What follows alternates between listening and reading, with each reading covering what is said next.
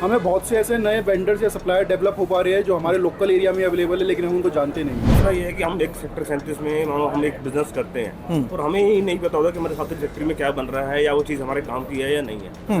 Expo एक ऐसा माध्यम है जिसमें सारी चीज़ें सामने आती हैं कि इस प्रोडक्ट का मैन्युफैक्चर ये बन रहा है, ये हमारे काम आ सकता है। लेकिन ये जो गुरुग्राम एक्सपो इस बार हुआ है, ये बहुत बड़ा इवेंट जिस तरीके से यहाँ सेक्टर 29 में ऑर्गेनाइज हुआ है, तो वाकई जो है एक अच्छा प्लेटफॉर्म मिल गया इंडस्ट्रीज को यहाँ पे अपने प्रोडक्ट शोकेस करने का, अपने वेंडर्स ढूंढने का, अपने बायर्स ढूंढने का एक बहुत अच्छा प्लेटफॉर्म मिल गया। और एमएसएमई सेक्टर के लिए खासतौर पर मैं बात कर रहा हूँ, छोटे एवं मझले उद्योगों के लिए इस तरह के एक्सपो कितने महत्वपूर्ण हैं? और कुछ कंपोनेंट्स का जिसका लोगों को दूर से लाना पड़ता था वो उनको यहीं बैठे हुए अपने हब में मिल गया। जैसे आयोजक सरकार से क्या डिमांड करना चाहेंगे, क्या मांग करना चाहेंगे? ऐसे बेहतरीन आयोजन के लिए किस कदर आपको मदद की दरकार है सरकार से? हरियाणा तक की टीम इस वक्त गुरुग्राम के सेक्टर 29 के गुरुग्राम एक्सपो में पहुंची है और हमारे साथ ये आयोजक हैं जिन्होंने 5 दिन पहले इसकी शुरुआत की थी, और आयोजकों से जानने की कोशिश करेंगे कि उद्योगपतियों की या फिर इनकी उम्मीदों पर कितना खरा उतरा ये गुरुग्राम एक्सपो।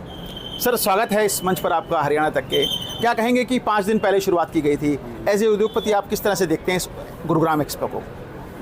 ऐसे उद्योगपति मैं तो देखता हूँ जी, ऐसे प्रोग्राम होते रहने चाहिए। और इसकी शुरुआत 5 दिन पहले नहीं जी, पिछले साल भी हुई थी। हाँ। और पिछले साल की सक्सेस के बाद ये दूसरा हमारा अध्याय है इसका, और ऐसे अध्याय और आते रहेंगे। और इससे इंडस्ट्रीज को सबको बहुत फायदा हो रहा है। किस तरह का फायदा हो रहा है? हमें बहुत से ऐसे नए वेंडर्स या सप्लायर डेवलप हो पा रहे हैं जो हमारे लोकल एरिया में अवेलेबल है, लेकिन हम उनको जानते नहीं हैं। जो हमारे एमएसएमई सेक्टर के बहुत से हमारे उद्योगपति भाई है जो सही से मार्केटिंग नहीं कर पा रहे या अपनी एडवर्टीजमेंट नहीं कर पा रहे, जिस कारण से वो हमारे पड़ोस में रहते हुए भी हमें नहीं पता उनके बारे में। तो इस एक्सपो के माध्यम से हम उनसे मिल पाए हैं, तो उनसे हम जुड़ पाए हैं। हमारा कहते हैं बिजनेस की इसमें कॉस्टिंग में अगर हम बात करी जाए अपने बिजनेस की, हमारे कंपटीशन इंटरनेशनल लेवल की बात करी जाए, तो उसमें कॉस्टिंग में हमारा इफेक्ट आएगा, हमारे बेनिफिट होगा, उससे हम इंटरनेशनल कंपटीशन में और अच्छा काम कर पाएंगे। 350 से ज़्यादा प्रदर्शनी लगी हैं उद्योगपतियों की। क्या लगता है एज ए उद्योगपति यहाँ पे पहुँच के जो उम्मीदें थी आपको, जिस तरह के मटेरियल की उम्मीद थी, जिस तरह के सस्ते मटेरियल की उम्मीद थी, या फिर उद्योगपतियों से डायरेक्ट संवाद की उम्मीद थी, वो पूरी हो पाई? सबसे पहले मैं नमस्कार करना चाहता हूँ आपके चैनल के माध्यम से। दूसरा ये है कि हम एक सेक्टर 37 में हम एक बिजनेस करते हैं और हमें ही नहीं पता होता कि हमारे साथ फैक्ट्री में क्या बन रहा है या वो चीज़ हमारे काम की है या नहीं है। एक्सपो एक ऐसा माध्यम है जिसमें सारी चीज़ें सामने आती हैं कि इस प्रोडक्ट का मैन्युफैक्चर ये बन रहा है, ये हमारे काम आ सकता है। पैकिंग मटेरियल कहाँ से आ रहा है, कई चीज़ स्क्रू कहाँ से आ रहे हैं, फास्टनर कहाँ से आ रहे हैं, तो बहुत सारी चीज़ों को एक जैसे कि कहते हैं कि एक प्लेटफॉर्म पे आके पता लग जाता है कि कोई चीज़ कौन बना रहा है। अच्छा, आप भी उद्योगपति हैं, आपको क्या बेनिफिट मिला इस एक्सपो में, इस प्रदर्शनी से? क्या आपको भी आपके जो प्रोडक्ट चाहिए थे, कंपोनेंट चाहिए थे, उनके लिए यहाँ पे कुछ प्रोडक्ट ऐसे थे जो कि आपके लिए बेहतरीन साबित होंगे? बहुत सारे प्रोडक्ट ऐसे थे, जैसे फायर का स्टॉल हो गया, फास्टनर्स का स्टॉल हो गया, कुछ पैकिंग मटेरियल का स्टॉल हो गया, बिन्स का स्टॉल हो गया, तो कई ऐसी चीज़ें मिली हमारे को जो हमारे काम आ सकती है। दिग्गज उद्योगपति पहुंचे इस एक्सपो के अंदर, और पहले दिन की शुरुआत कृष्णपाल गुर्जर ने की, केंद्रीय मंत्री, और आज समापन के दिन यहाँ पे डिप्टी सीएम खुद पहुंचे थे, खुद कहा कि इस तरह के एक्सपो की ज़रूरत है। एज ए उद्योगपति आप किस तरह से देखते हैं गुरुग्राम एक्सपो को? सर, गुरुग्राम एक्सपो ये दूसरा एडिशन है और मैं तो ऑर्गेनाइजिंग टीम में भी इनके साथ हूँ, जबकि मेरी अपनी इंडस्ट्री भी है गुरुग्राम में। इस तरह का आयोजन जो लास्ट ईयर हुआ था, तभी ये नज़र आ गया था कि इस तरह के आयोजन कंटिन्यूस होने जरूरी हैं ताकि बिजनेस को ग्रोथ मिले, लोगों में मोटिवेशन आए। और वैसे भी कोरोना के बाद से थोड़ा सा स्लम्प डाउन चल रहा था, लेकिन ये जो गुरुग्राम एक्सपो इस बार हुआ है, ये बहुत बड़ा इवेंट जिस तरीके से यहाँ सेक्टर 29 में ऑर्गेनाइज हुआ है, तो वाकई जो है एक अच्छा प्लेटफॉर्म मिल गया इंडस्ट्रीज को यहाँ पे अपने प्रोडक्ट शोकेस करने का, अपने वेंडर्स ढूंढने का, अपने बायर्स ढूंढने का एक बहुत अच्छा प्लेटफॉर्म मिल गया। और जैसे अभी डिप्टी सीएम साहब भी आज आए हैं, उन्होंने भी मंच से इस तरह के प्रयोजनों को बढ़ावा देने के लिए अपनी मंशा जाहिर की है कि मैं भी चाहता हूँ कि ये साल में एक बार ना होकर साल में 4 बार होना चाहिए, और उनकी तरफ से जो सहयोग है वो मिलने चाहिए। वाकई ये सारी सोच एक जैसी सोच ये दर्शाती है कि इस तरह के प्रयोजन से फायदा मिला है और मिलेगा, इसमें होने चाहिए। और उद्योगपति हमारे साथ हैं उमेश कुमार जी, जो कि इलेक्ट्रोप्लेटिंग के प्रेसिडेंट हैं। आपने भी इस एक्सपो में पार्टिसिपेशन किया था, किस तरह से देखते हैं इस सफल आयोजन को आप? बहुत ही सक्सेसफुल प्रोग्राम है। मैं तो अभी पहले भी आपको बता चुका था कि बहुत ही अच्छा इसकी शुरुआत रही। पिछले साल से जिस तरह इसकी शुरुआत हुई थी, काफ़ी उद्योगों को पिछले साल भी इसका बड़ा फ़ायदा मिला था, और अभी जिस तरह बाहर से लोगों ने अदर स्टेटों से आकर के अपने स्टॉल लगाए हैं, उनसे बड़ा अच्छा हमें वो मिला है कि मतलब अगर हम कोई चीज़ कोई परचेज करना चाहते हैं या हमें कोई चीज़ की ज़रूरत है, तो इस माध्यम से हमें पता लगता है कि हमें कौन सी चीज़ कहाँ से लेनी चाहिए। एमएसएमई सेक्टर के लिए खास तौर पर मैं बात कर रहा हूँ, छोटे एवं मझले उद्योगों के लिए इस तरह के एक्सपो कितने महत्वपूर्ण हैं? बहुत बढ़िया है। हमें एमएसएमई का यहाँ काफ़ी 1-2 बार प्रोग्राम हुए, उनमें सारी चीज़ों का पता चला किन किन चीज़ों पर सब्सिडी है, वो सारी चीज़ें हैं। इस माध्यम से ही पता चला लोगों को कि भाई आप कोई चीज़ लेते हैं तो उसके ऊपर क्या आपको सब्सिडी है, किस तरह का वो मिल सकता है फ़ायदा। तो इसके बड़े फ़ायदे हैं और ये लगते रहने चाहिए हरियाणा में। और इसके लिए मैं तो कहता हूँ कि सरकार को पूरी तरह से सपोर्ट करना चाहिए। किस तरह के सपोर्ट की उम्मीद की जाती है उद्योगपतियों की तरफ से या फिर एज आयोजकों की तरफ से? जिस तरह नोएडा में भी एक अलग से जगह दी गई है, इस तरह के प्रोग्राम के लिए एक अलग जगह होनी चाहिए। और जो इसके लिए परमिशन लेनी पड़ती हैं वो परमिशनों को बड़े उससे मतलब आराम से मिल जानी चाहिए। बहुत परेशानियाँ होती है सब चीज़ों को लेने में। तो इस तरह की जो अगर सरकार से मदद मिलती है तो इस प्रोग्राम को और बड़ा और भव्य किया जा सकता है। इस एक्सपो के, गुरुग्राम एक्सपो के फाउंडर गुंजन मेहता जी हमारे साथ हैं। क्या लगता है कि परेशानियां होती हैं परमिशन लेने के लिए?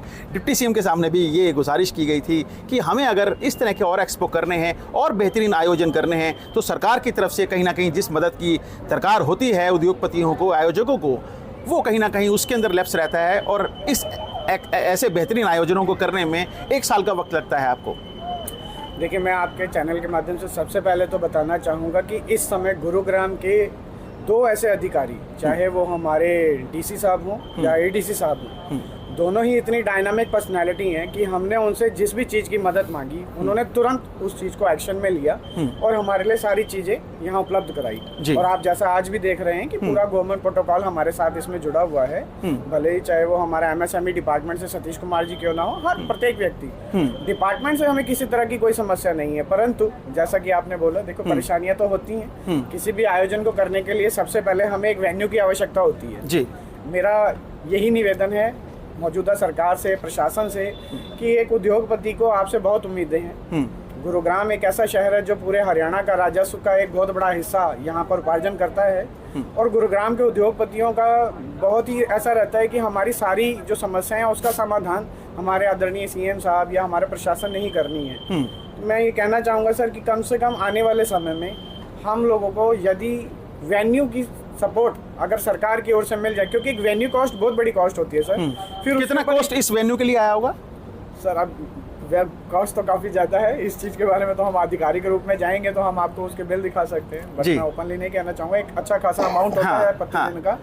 और जो एक इतना बड़ा स्ट्रक्चर खड़ा है, इस स्ट्रक्चर की बहुत बड़ी कॉस्ट है। हमने सरकार से किसी तरह का कोई फाइनेंशियल सपोर्ट नहीं लिया, ना ही हमने अपने किसी भी अधिकारी से उसका कोई सपोर्ट लिया फाइनेंशियली। ये सारा का सारा आज जो आप स्ट्रक्चर देख रहे हैं, इसमें खुद एग्जीबिटर्स की मेहनत, हमारे स्पॉन्सर्स की मेहनत या हमारे इसके ऑर्गेनाइजर्स की मेहनत। यानी ये अगर सरकार की तरफ से मदद मिल जाए तो इस आयोजन को और भव्य आयोजन के तौर पर हो सकता है। यहाँ तक कि हमने तो गुरुग्राम डिस्ट्रिक्ट व्यापार को, इस मेले को हमारे आदरणीय एसए साहब, additional chief secretary Shri Anand Mohan Saran जी के मार्गदर्शन से हरियाणा सरकार को पूरा एक पवेलियन स्पॉन्सर किया है। यहाँ के 100 स्टॉल जो है हमने हमारी फ्री ऑफ कॉस्ट की ओर से फ्री ऑफ कॉस्ट उनको वहाँ दिए, ताकि डिस्ट्रिक्ट व्यापार मेले को और बेहतर तरीके से किया जाए। जैसा आप देख ही रहे हैं कि आपस में लोगों का कितना उत्साह बढ़ रहा है कि छोटे छोटे उद्यमी भी यहाँ बढ़ चढ़कर हिस्सा ले रहे हैं। सैनी जी क्या कहेंगे? पहले आयोजन में सिर्फ 100 स्टॉल थे और इस आयोजन में 350 से ज़्यादा स्टॉल हैं।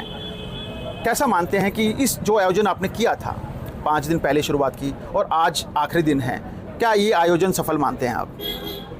देखिए, हम तो अपने आयोजन को सफल ही मानेंगे जी, पर जो हमारे एग्जीबिटर या हमारे जो और एक्सपो के साथी हैं उनका भी यही कहना है कि हमने इस आयोजन में कहीं ना कहीं अपने आप को जो ढाला और अपने को सफल होने के लिए अपने जो जी जान लगाई है, तो उसमें हम अपने आप को तो ये कह सकते हैं कि हम उसमें सफल हुए हैं। हाँ, नहीं, कई स्टॉल पे जब हमारी उनसे बातचीत हुई तो उनका कहना है कि डायरेक्ट कस्टमर उनके पास आया, डायरेक्ट बायर उनके पास आ रहे हैं। बहुत फ़ायदा हुआ है ऐसे एक्सपो की मदद से, खास तौर पर एमएसएमई सेक्टर को।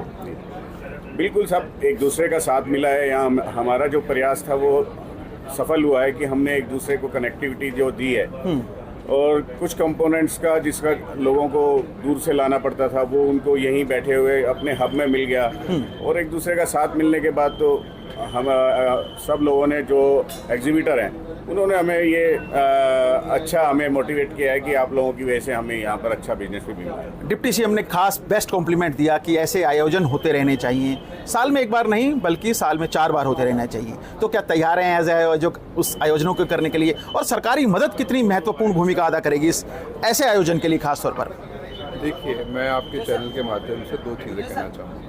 एक, डिप्टी सीएम साहब ने जो एक लक्ष्य दिया है कि साल में 4 बार इस आयोजन को किया जाए, हम उनको भी आश्वासन देते हैं और गुरुग्राम की सभी इंडस्ट्री को भी आश्वासन देते हैं कि हम सभी आयोजक एज अ टीम इस चीज़ के लिए तैयार हैं। क्योंकि हम आप शायद जानते होंगे कि देश के अंदर एक ब्रिज बनने की आवश्यकता है आज की स्थिति, उद्योग, उद्यमी और यूज़र के लिए, कंज्यूमर के लिए। तो हमारा एक ही प्रयास, पहले दिन से जब लास्ट ईयर हमने ये आयोजन किया था तब 100 स्टॉल उसके आसपास आए थे, आज लगभग 350-400 के आसपास जी। तो उसका कारण यही है कि हमने उस ब्रिज को बनने का जब काम किया तो लोगों ने उसको प्रोत्साहित किया, और उससे प्रोत्साहित होते हुए ही आज हम इस आयोजन को इतने बड़े लेवल पर कर पा रहे हैं और डेफिनेटली विश्वास दिलाते हैं जनता को, समाज को और इस आयोजन को और भव्य रूप देने के लिए आने वाले समय में हम अपनी तैयारियां पूर्ण करेंगे। अच्छा सर, गुरुग्राम एक्सपो न केवल एमएसएमई सेक्टर के लिए बल्कि उद्योगपति दिग्गज, मैंने देखा है यहाँ पे उद्योगपति पहुँचे,